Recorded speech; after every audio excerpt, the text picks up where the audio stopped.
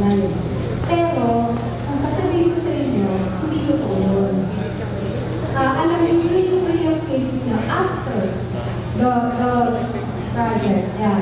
Pag medyo tuloy-tuloy consistent yung lalaki sa pag-ibig mo sa'yo, i-approve mo sa'yo, then medyo seryoso naman pala ito. Hindi lang laging magkasama kami. Because it's so easy to flirt pag magkasama kayo, di ba? Alam mo kaya yan? Yung, kumbaga parang promo-promo lang, gano'n. Kami ni Iggy Boy, parang hindi ko pinag-alam. Alam mo, work lang sa kami ni Iggy Boy. Kahit gano'ng tinigang ko siya, malikal ko siya, work lang talaga yung Iggy Boy. Hindi, tsaka as a love, syempre you have a responsibility.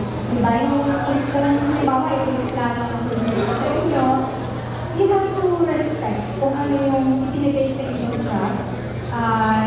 Yun, yung kasi love team na yun, nag-asasan din kayo, diba? So, alamin niyo kung paano yung pangangalagaan ng love team. Kasi hindi naman dito na mablessan kayo ng career together. Sa dalawang love team na, sa magka-love team, isa kayo sa pilihan na ang pili ng mga nanonood nagpiligawan. May something kasi nalala niya. Kaya gawin yun PBB hanggang sa Stars versus Me. Hindi na po. Hindi na piligawan na romantic. Ako kasi po, I see myself as medyo young pa. So, syempre ayoko pasok na rin yung mga girl. Gusto ko, I want to focus na sa work. Hindi ko kasi pareha tayo na young, dapat focus sa work. Ang oras ilang taon na yun? Ilang taon na yun? 70 po. 17. Iba usually, kapag ganyan, mag-identidad ng mga isa. Ako po hindi ko po too young po. Masyado ako too young for that. Ikaw ka ba ng girlfriend? Never po. Ha? Ikaw Marie, may nanligaw na sa'yo. May nanligaw na. Ngayon? Ay, nanligaw at meron F. Dati? Yes. Nagkatuluyan kayo? Alam ni Manolo, yung love life mo, yung kwento ng love life mo. Oh, yes, nakwento ko naman. Ano ang initial reaction niya? Ano yung kwento mo na naniligaw sa'yo, nagkatuluyan kayo? Ewan ko tayo, yung pinikilig din siya. Nagbibigyan sa naalala ko. Yes. Ano yung status mo ngayon? Para malinaw lang. Para kung hindi kayo magkapag, hindi kayo mag-boyfriend, hindi kayo nililigawan, mas malinaw.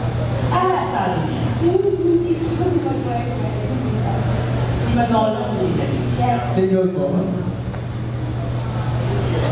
Sige. Bale, why they open for applicants?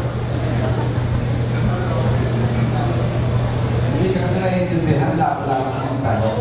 So ngayon, friends kayo, you are working partners, di ba? You're not seeing each other, wala ka nito. May namiligo sa'yo, may malis. Wala. May girlfriend ka, wala rin. Pero meron ka ibang inaay, meron kang nag-aayos sa'yo, di ba? Ayan. Okay, so, baka makasunod natin push. Kawawa. Ayan. Here's the last question from Alan Diones. Actually, pupush ko nga eh. Oo, so, ikaw nagka-boyfriend ka na Maris. Ilan? One. Ay, once. Oo. Tapos, paano? Kailan kayo nag-break? Bago kayo nag-meet ni Manolo or matagal na? Matagal na po. Okay. So, ilan taon pa na nagka-boyfriend? Hindi.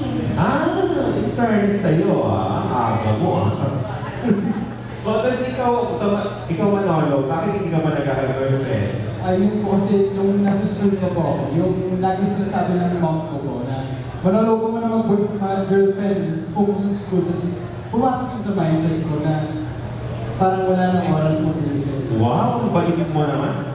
Kinabog ka pa ng girl nagka-ano na siya, nagka-boyfriend.